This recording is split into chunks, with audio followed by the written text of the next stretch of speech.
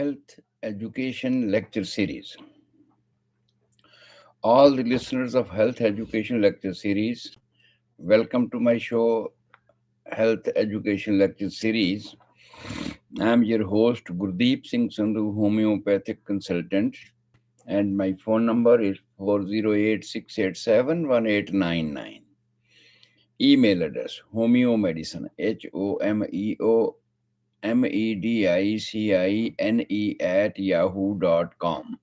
So anytime, at any age, if you are suffering from any disease and desperate of your treatments, please call me for your second opinion of your disease and treatment. I will guide you the best of my knowledge based on 52 years of my medical practice so that you can choose the best way, whatever is at this time for your disease and for your health, for your age as well. So this is what I can guide you for the purpose. It's not that you can get treatment from me. You can take any treatment from anywhere. But I can just guide you with the right directions. If your treatment is going in the right direction, it's okay. Wherever you are, get that treatment. But if ever that treatment is not going according to the nature's process, because nature's process is the oldest process, how the nature was curing diseases when there was no medical science. Medical science is based on the research, study of the nature. It means the nature was already doing something to cure the diseases, but still there were some of the diseases for which we need to do something special, which were not cured according to the nature's process in a normal way, in a shortest way. It was taking time, or even because of some of the causes, we have adulterated the life. Many diseases which are not curing, it means we have adulterated the way of treatments. That is why most of the diseases we name as incurable diseases. It means that we have already adulterated the way of nature's curing the diseases. Otherwise, all the diseases were cured under nature's principle. But as long as we have started adulterating the nature's process, the process of life, living habits, eating habits, and all those things, then it has become a complicated process, and it has becomes an incurable process at that time. And for that incurable process, our medical science and the researchers are working day and night to find out the reasons, find out the causes, which why we are terming some of the conditions, health conditions, as incurable. What are the reasons behind that? So, most of the things we are in due course able to recover by our sources, but some of the diseases we are still not able to cover. Sometimes the life does not give us sufficient time to cure the diseases. Sometimes there are some means that we want to adopt to cure the diseases, and we are unable to use those means because of the environment, because of the food materials, and all these things, and because of the habits sometimes.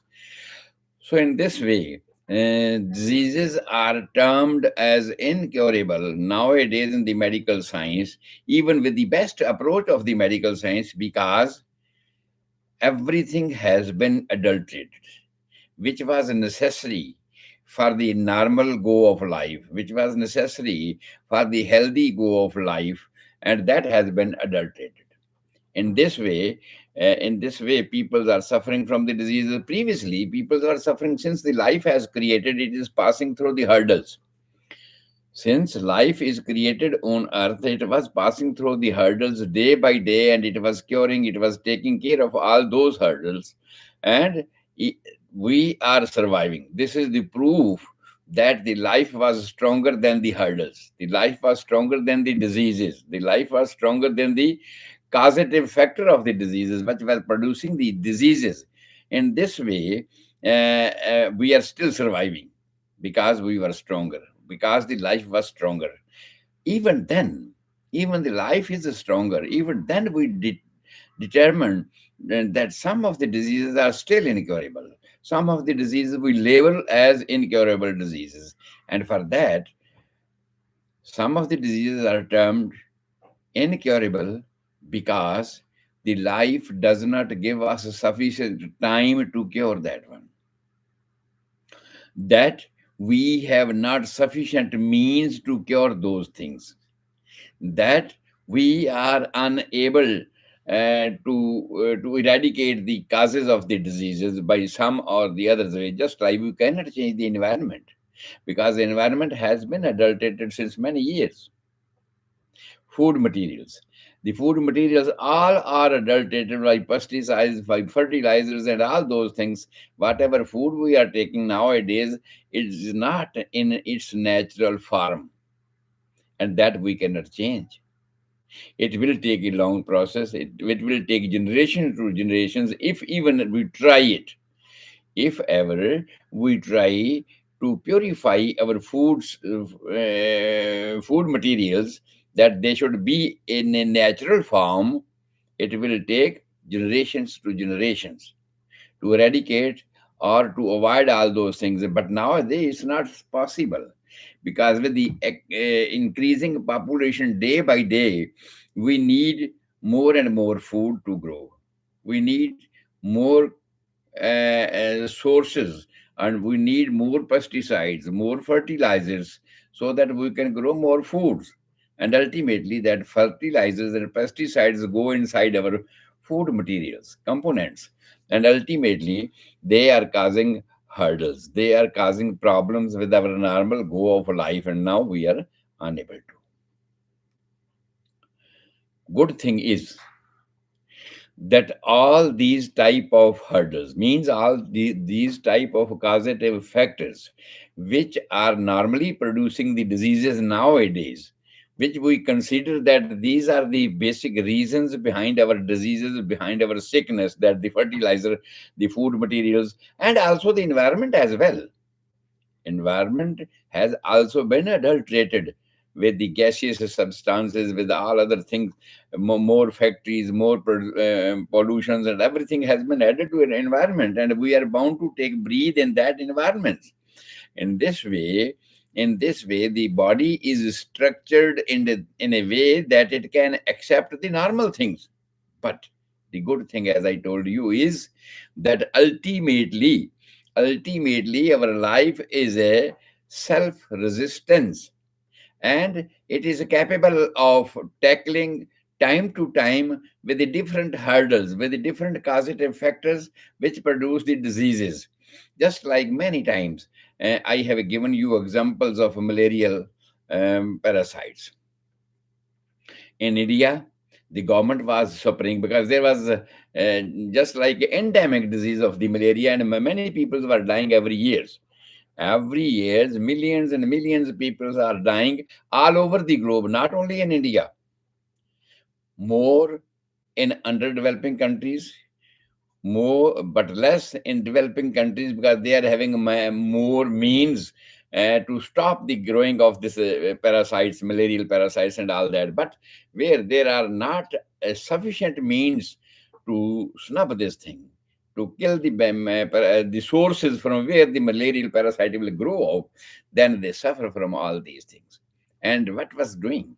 What the government was doing at that time, they were spraying DDT or any other type of substances in the houses, in the ditches, in the ponds, and wherever they think that the malarial parasite can grow. So then that the sources of the parasite, growing of the parasite was killed.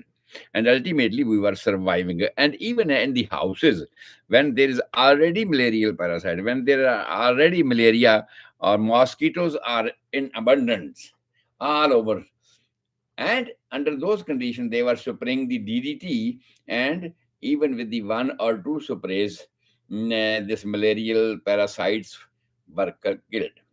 Mosquitoes were killed. And on the other side, the ditches, the ponds, the other sources where the mosquitoes can grow were spoiled.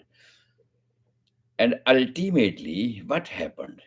that what I want to convey you, ultimately, that DDT was not affecting the malarial parasites because malarial parasites were having developed resistance against the substance which was used to kill them, means DDT.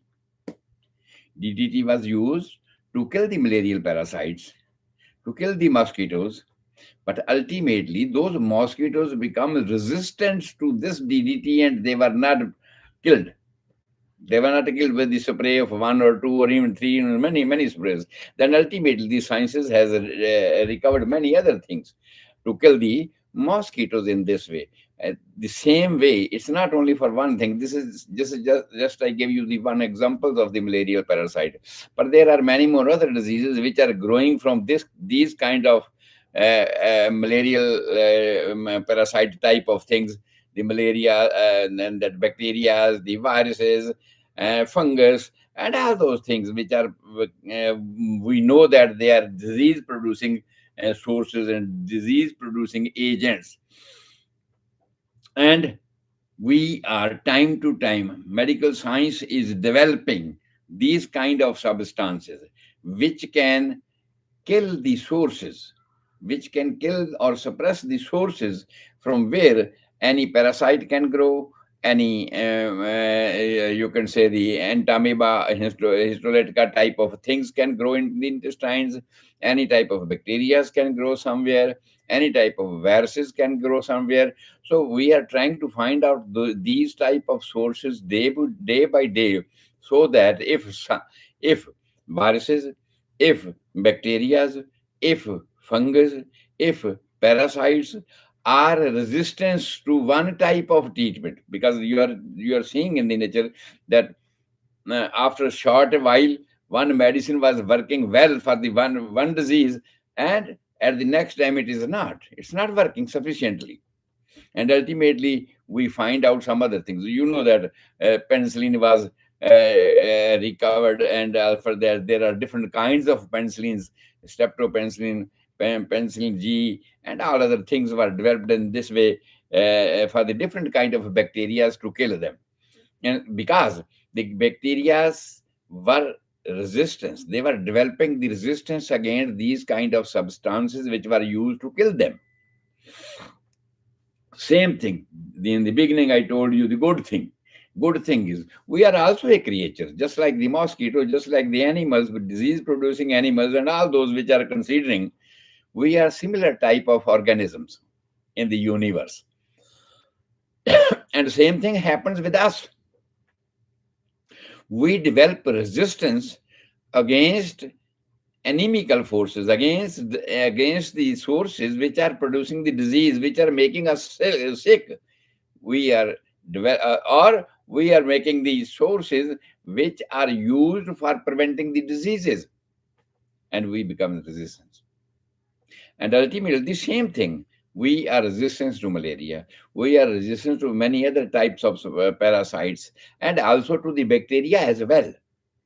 In this way, that's why we are surviving.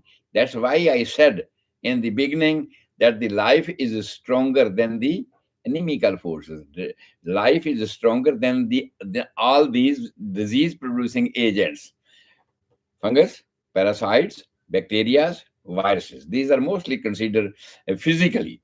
Physically, they are considered the disease producing organisms, and ultimately, with the long run of life, actually life becomes a resistance from these type of disease producing agents effect on our vitality, and we are no more suffering from these kind of conditions.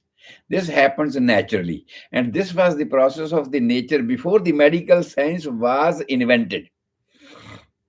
Means automatically the body was recovering after a short time, though it was taking millions and millions of life before that. Before that, the body develops the resistance against some type of inimical forces. Many more people were killed, like endemic diseases. And nowadays, with the knowledge of the medical science, we cannot give that much time.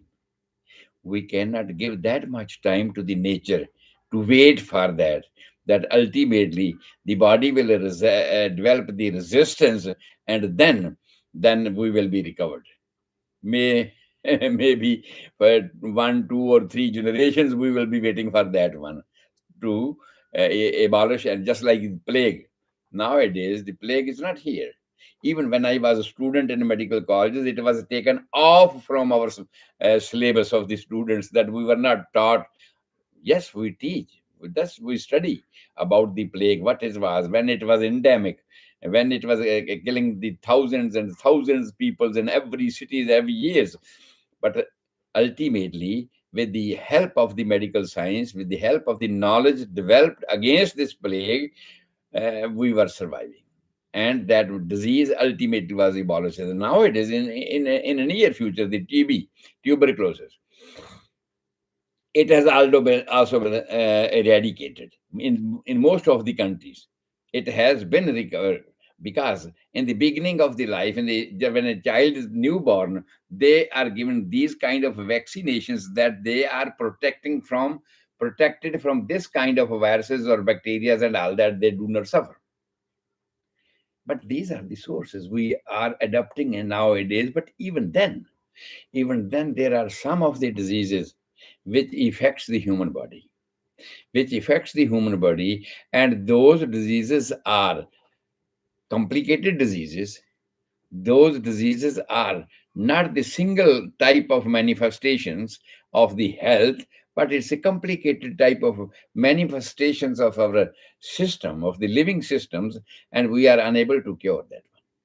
That is why we consider them that these are incurable diseases. On the other hand, when any disease is developing and the vitality is not sufficient to tackle with that thing, and ultimately it damages the system, it damages the organ, it damages the system, it damages the whole life as a whole. Because suppose if a person is suffering from tuberculosis, does not mean that it will be limited to the lungs, it will be limited to the bones. No, it will be limited to the whole body.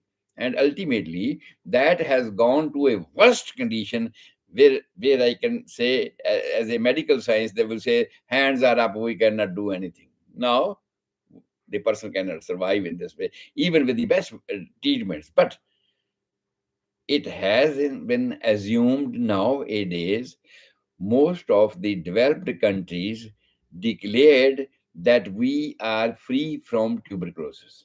And not only tuberculosis, there are various other diseases. Similarly, I talk about the plague. And the plague in most of the countries, it has been eradicated, that they do not need any precautions against this thing, that or they have the vaccination developed about that one, which are given in the beginning of the life, and ultimately they do not suffer. In this way, many of the diseases has been abolished. Measles, mumps, varicella, even polio, many other diseases which even the beginning of the life, in the childhood, children were suffering and they were killed with that one. But nowadays we have developed the science, we have developed the technology, we have developed the knowledge against that one, and we are using our technology to tackle with those things. Just like the vaccination, I told you that we are using the vaccination as far as our knowledge is concerned about any particular type of disease. We are developing the vaccination against that, and we are helping the vitality. But still I'm saying there are some of the diseases that are termed as incurable diseases. And these incurable diseases are because the life does not give us sufficient time to cure them, that we cannot change our environment, and the particular body is not resistance to the adulteration of the environment. Whatever has been adulterated in the environment, we become addicted to that one. Ultimately, in whatever environment we are living, and we are living in a long, just like in a simple example, people's living on hilly areas where there is a snowfall every time, they are addicted to that one. They do not suffer if there be snowfall over theirs. But in the other areas where there is no snowfall, and if there be any cold wave going on, there rarely there is a rain, there's a snowfall. People suffer from many other flu, fever, body ache, all these things. They suffer from that one because they are not, their bodies are not resistance to these type of things, and they are not addicted to, they are not having addiction of these things that they can absorb anything, as compared to the hilly area where there is a everyday snow, everyday rain, and all these things. In this way, there are different kind of conditions that, because that is why, because we termed some of the diseases, these are incurable diseases.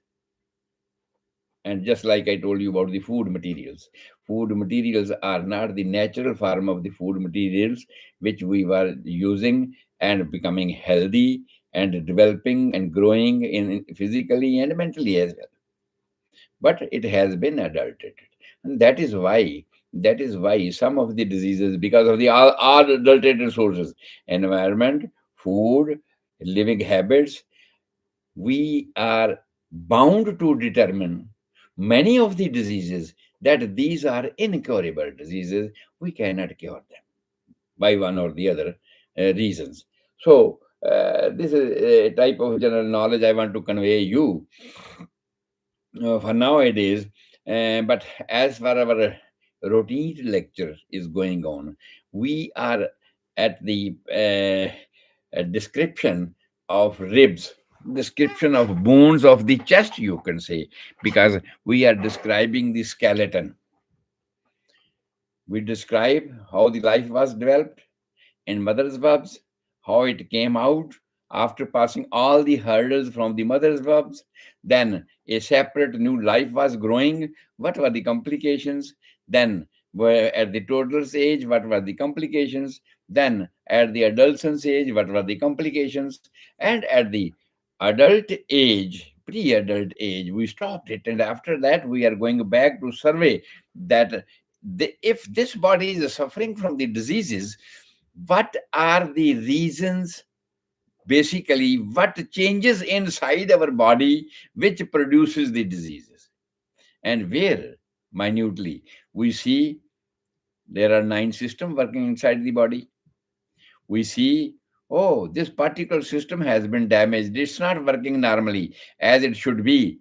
And ultimately, oh, there are many more organs in one systems. Oh, then what organ is not working properly? That is why the system is not producing normal type of life. So life waves are damaged at that time. In this way, then ultimately we reach to the tissues of that organ. Then ultimately we reach to the cell of that organs, that yes, these cells are damaged and their contents are same, but their contents are not working normally. So I give you the description of all those cells. Basically the cell, because cell is the same thing. It may be it may be in the joint, it may be in the bones, it may be in the nerves, it may be in the organs, wherever, but it is the single unit that's known as cell. So I give you the description about that cell, what cell is and what are the components inside the cell, and what is their duty, what they do for the body to produce a normal life, how they can create a normal life if they are working normally. And all different organelles inside the cell were deputed to perform a different type of duties: breathing, producing energies, producing divisions and dividing the cells, and all that. There are many more functions of the cells, and according to that, there are different organelles are performing the different duties. And if some type of duty, there is a failure in life, and we see that in a broad spectrum, in a broad you can screen of the body, we see that these are not the normal symptoms. It means why these, suppose for example, I can say that there is a deficiency of iron, there is a deficiency of proteins, of anything, any substance which is required for the normal body. And then we ultimately go to the cell. What was changed over there? What was changed over there? So this, although everything is the same, food we are taking the same, and from the same food, this body has to synthesize the requirements of the body, minerals, vitamins, everything, proteins, fats, carbohydrates, everything it has to synthesize from that food, whatever we are taking. But even then, that food is going to the cell ultimately, but still the cell is not producing the normal energy which is required for the normal go of life, a healthy go of life. So then we find out that what are the organelles inside the cell and what are their responsibilities. And if one type of a responsibility is not performed well in the system, ultimately how it is represented on our body, how a person sick can represent himself, what are the symptoms, so that from those symptoms, deficiency of iron, deficiency of sodium, we have the sign and symptoms this body represents. And ultimately, if we have to go deep to the cells, ultimately what has changed there. So I have told you about the organelles of the cell and their functions. Plus, if any of the organelles is not, just like the mitochondria, it's producing energy inside, just like the electricity and all that, it produces the power inside that one. And if we see these kind of deficiencies inside the body, weakness, lethargy, ultimately we reach to the mitochondria, that he is not working. And in this way, I have told you about that. If any organelle is not working, how we can correct them? By food, by medicines, in whatever way. There are different way out to reach Delhi. From San Francisco to Delhi, there are different routes by which we can go over there to produce a healthy life or to correct the error inside the cell. What organelle inside the cell is not working, and to excite that organelles to work normally, to complete his demands, his deficiencies, what we have to do, that I have told you about that one as the treatment of all these things. Treatment of, if the there are some organelles, their deficiency or their problems inside that organelles, we cannot correct that because that is genetically came from the mother and fathers and even from the forefathers, that we are unable to recover that one. But even then we can manage that ones. But most of these things which are produced after that, all other organelles are having their duties and they are not performing their normal duties, then we find out this on the symptoms in the body, and then we find out the way how to reach to that organs to correct them and supply them the sufficient food materials, organelles can work normally. So this is what I told you about that, those things, that about all the organelles: nucleus, Golgi body, mitochondria, centrosome, and all whatever the organs I had told you. I told you about their deficiencies. I told you how to correct those deficiencies and what type of food materials we can use and what, as a physical body, we can do to recover that organs so that the body feel healthy, not sick. So after that, we were discussing about the structure of this body, that how this body was formed. We see the bones, we see the muscles, we see the joints, and many other organs are formed by all these things. And so, first of all, I started with the structure. This structure, the bony structure, skeleton, how this skeleton was formed. Since beginning, I started telling you that what was the first bone originated, and when the heart was just like I told you about that one, that the food wherever, whatever we do, wherever we go, we first of all arrange food. So that if we go over there, how we'll get the food to survive? This is the basic thing. So ultimately, I have told you about this skeleton system, this body system, that the heart was prepared to supply the food materials. And then after that, to complete the skeleton, vertebral column was prepared. To prepare the shoulder girdle, clavicle was prepared. So time to time, I have told you about those things that when this bone was developed in the mother's womb, when this fetus was developing, when this embryo was developing, at that time, what things were taking place at what time, at what after that. So in this way, we are passing through the period. I have told you about the skull, how the skull was formed, how many bones are in the skull, and still there are some gaps which are known as fontanelles. And what is the purpose of those fontanelles? Why the bones inside the mother's valves, all these are flexible?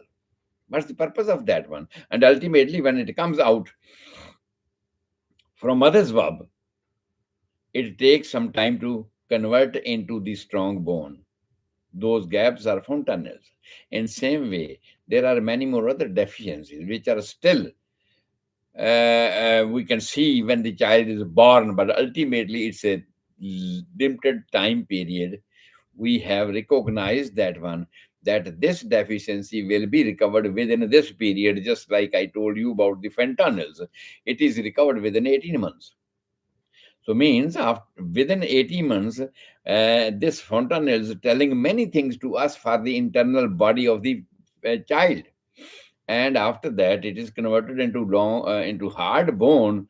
And in this way, there are many more other things which develop later on. Just like in the heart, many things were changing after the child is coming out from mother's womb, means birth.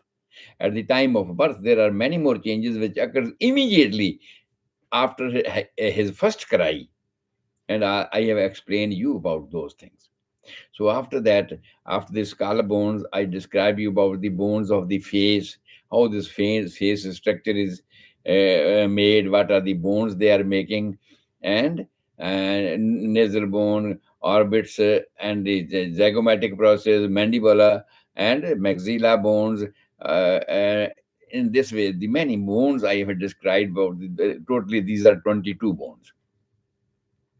So all these bones, some of the bones are visible outside, but some of the bones are just like ethmoid. Is not visible outside, they are inside.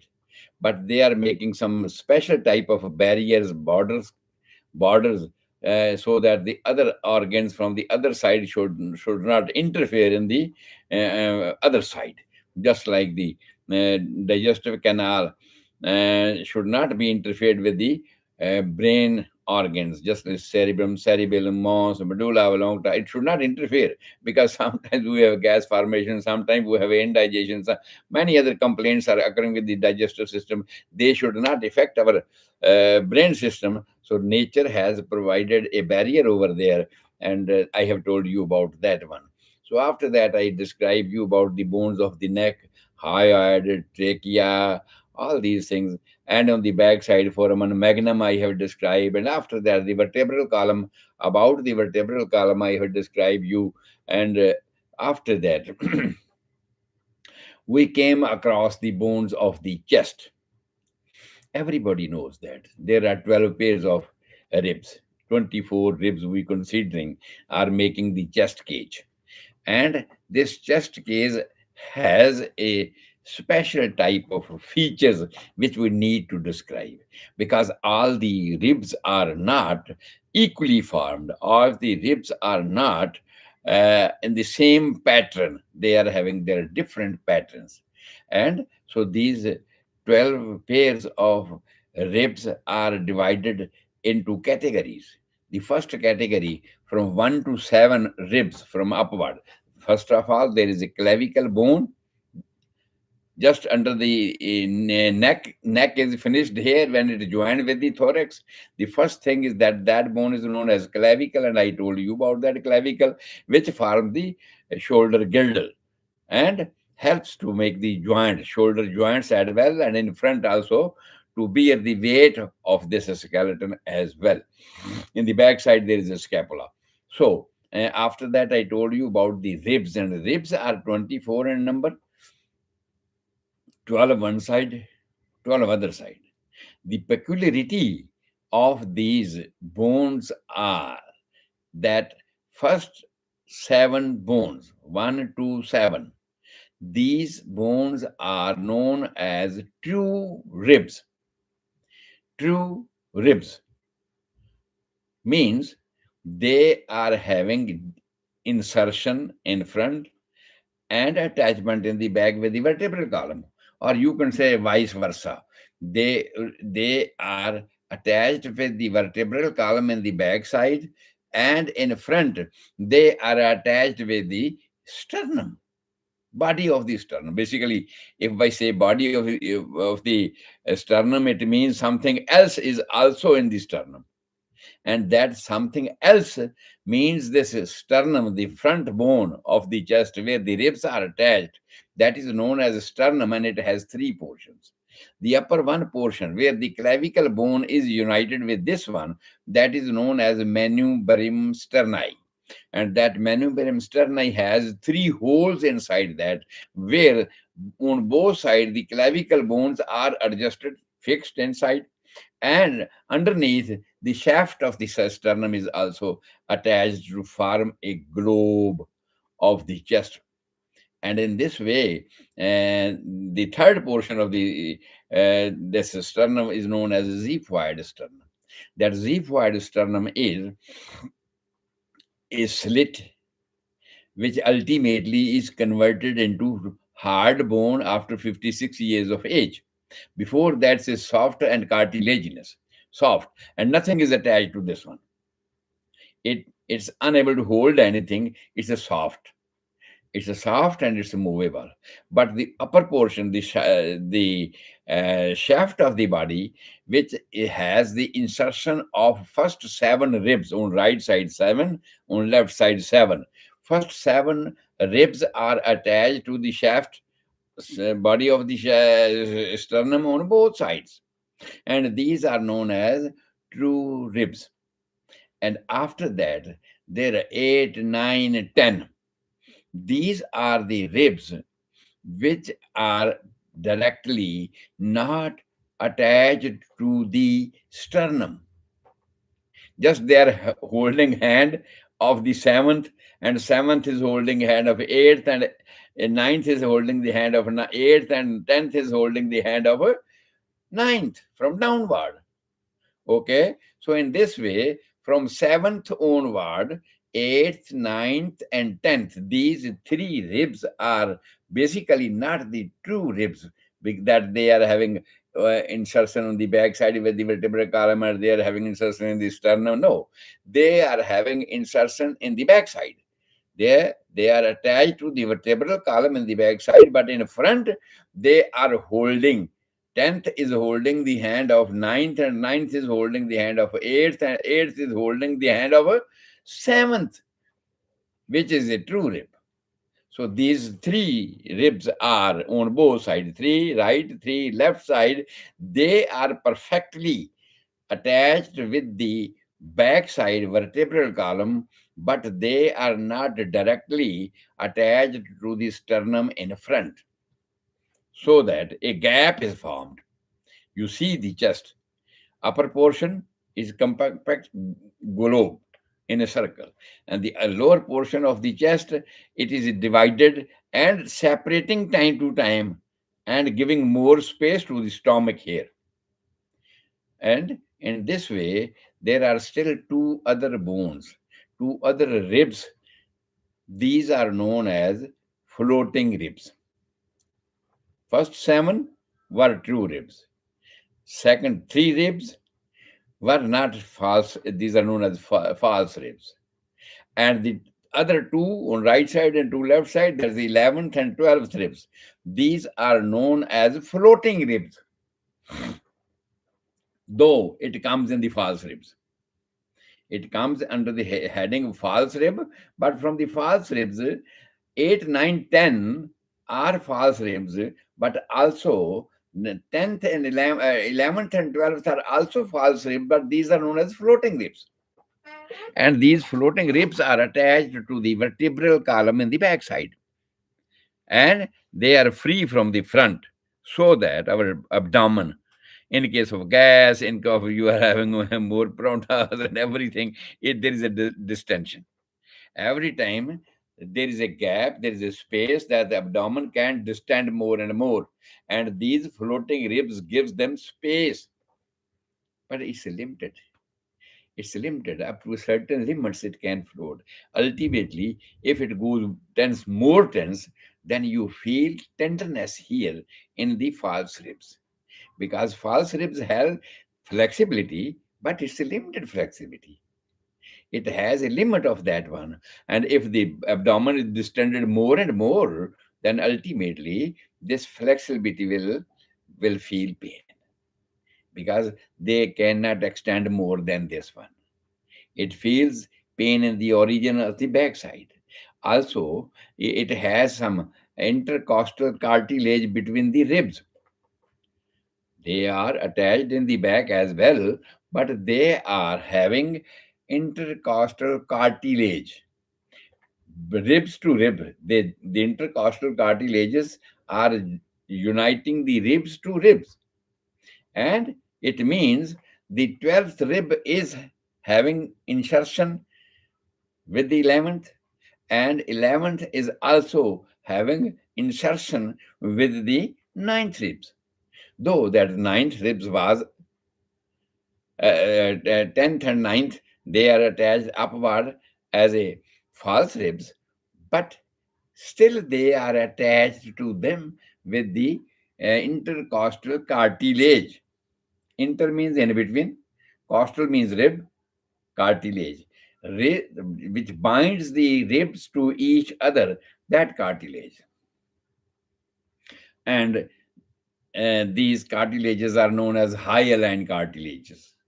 And these cartilages are sticked, but these are flexible, gives space to the chest, but it is a limited space. Underneath, there is more space where there are false ribs. Upward, as you go upward from the down to upward, the flexibility is limited. Whereas the false ribs have minimum flexibility to move and expand the chest. So in this way, I told you about this one. These are the particle type of the ribs. Three types of ribs: false ribs, true ribs, false ribs, floating ribs. And the purpose I have already told you, that the upper true ribs 1 to 7, they fix the ribs cage, and they have limited flexibility to expand. Whereas other ribs, false ribs, they are liable to flex more. They can dilate more. They can give more space to the lower area of the chest, where there is a liver on the right side, spleen on the left side. So to give gap or space to this liver on the right side and spleen to the left side, they are having more flexibility.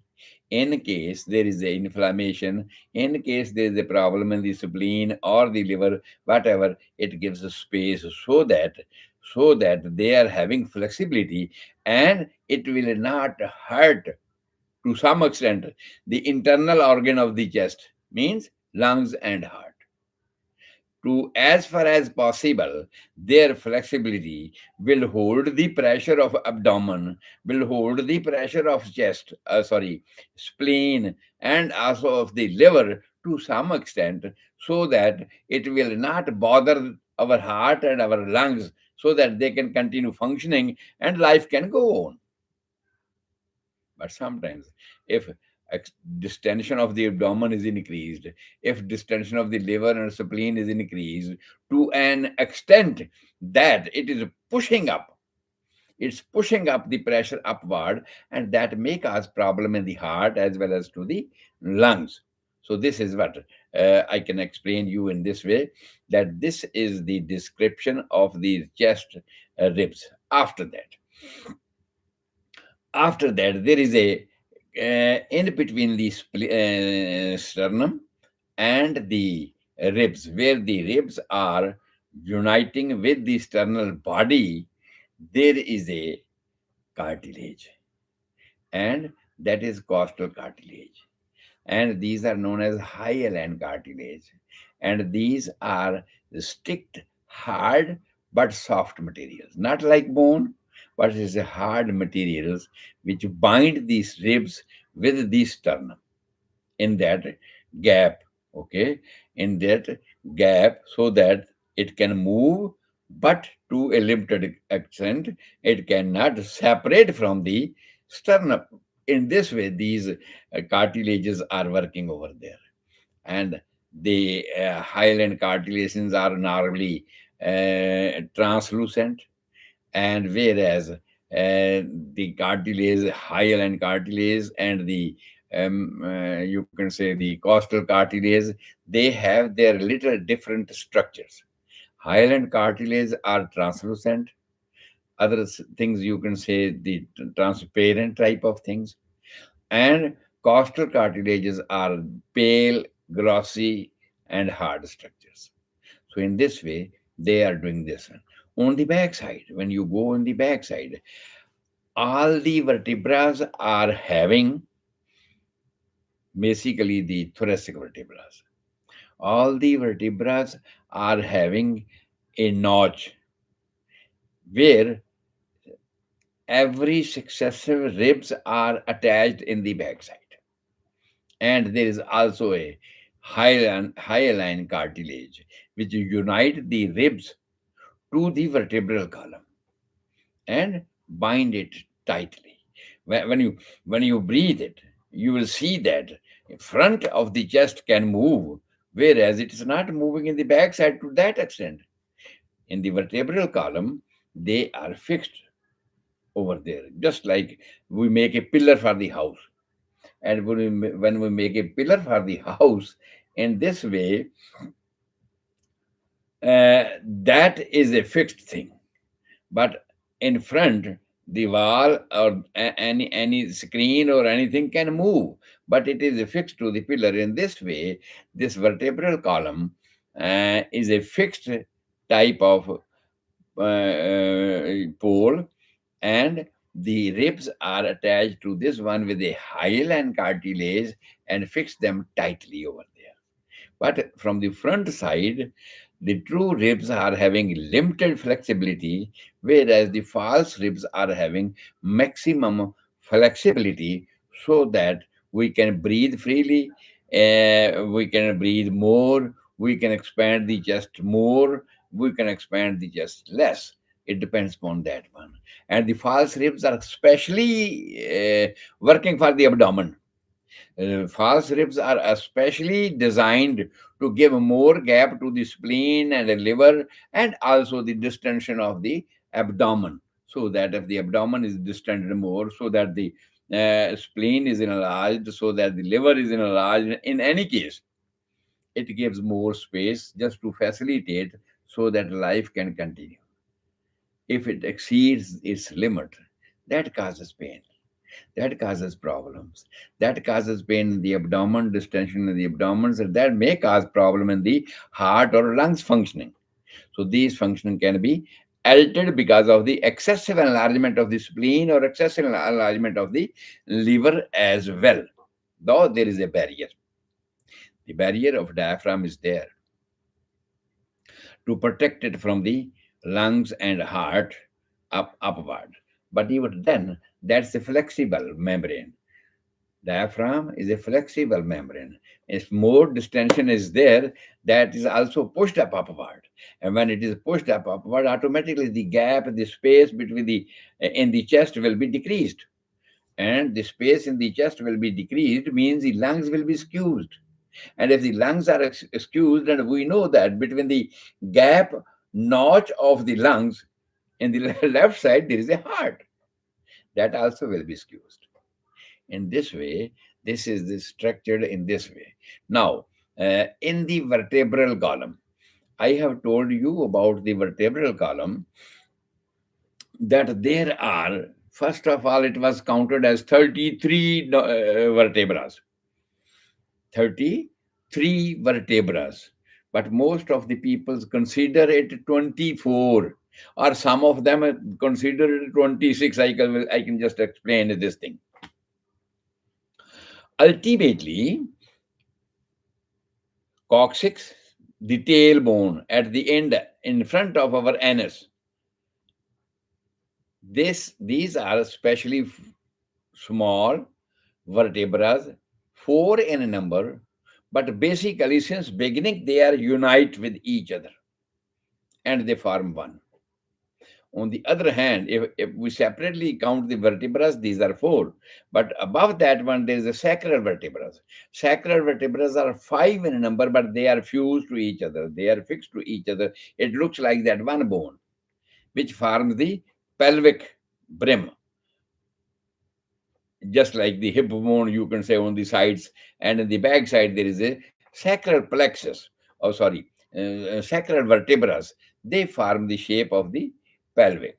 So in this way, these nine bones, nine vertebrae, are counted as two. It means sevens are gone, and these are only counted two. And above that one, there are 24 vertebrae. In this way, so the counting, you can ultimately what happens, this coccyx and sacral, they are also fused. They are also fused and they become one. So in this way, some of them people count in later life, these are 24, but before that it is counted 26. And even before that, when the child is not born yet, when they are formed 33. They are formed 33. But because some of the vertebrae are fusing with each other even before they born, before the child is born, it means they are counted as 26. But when these sacral and coccygeal vertebrae are uniting with each other, they come to 24. So in this way, this description I have told you, that this is the description of our vertebral column. And all the vertebrae are united with each other, having a middle disc, intervertebral disc. And all the vertebrae, when unite with each other, there is a central canal. And that central canal is united with the brain through the foramen magnum. And the vertebra, which is uniting with the brain, or which is binding the vertebral column with the brain, that is the first vertebra, that is known as atlas vertebra. That's a type of, just like I told you, we fix the trolley with the tractor. In this way, it is fixed with the foramen magnum in the occipital area of our skull. And but that is also having the hole. That hole or that canal goes throughout the length of the vertebral column. And on every vertebral column, on every vertebral column, there are about 7 notches where you can say where you can attach something. Just like on the wall, we put a one nail and we hang something over there. In this way, every vertebra has different kind of these type of projections, and those projections are for the purpose of attaching the ligaments of the muscles, so that a back may be formed strict, hard.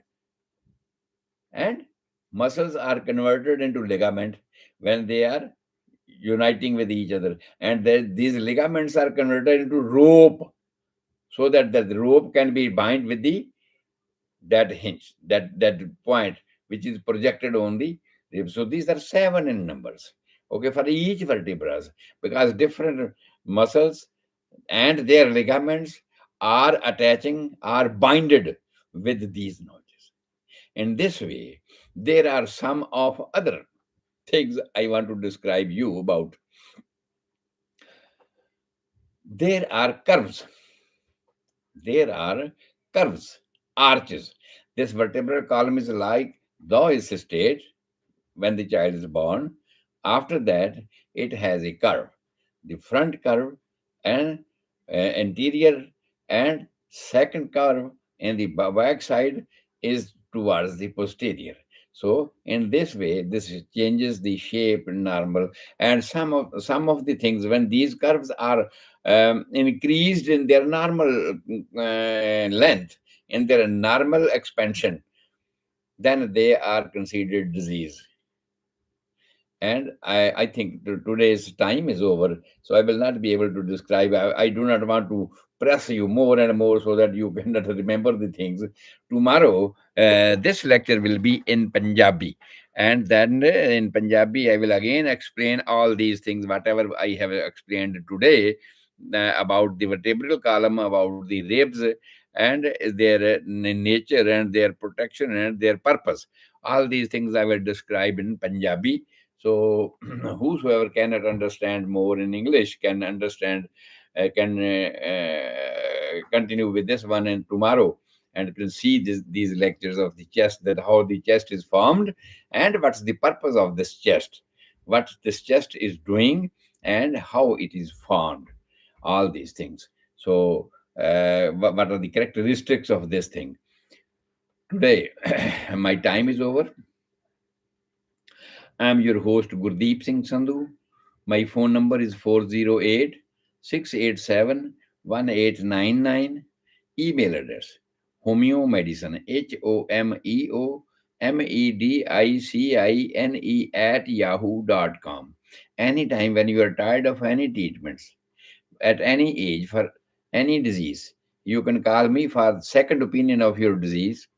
I can guide you about your treatment. I can guide you about your disease.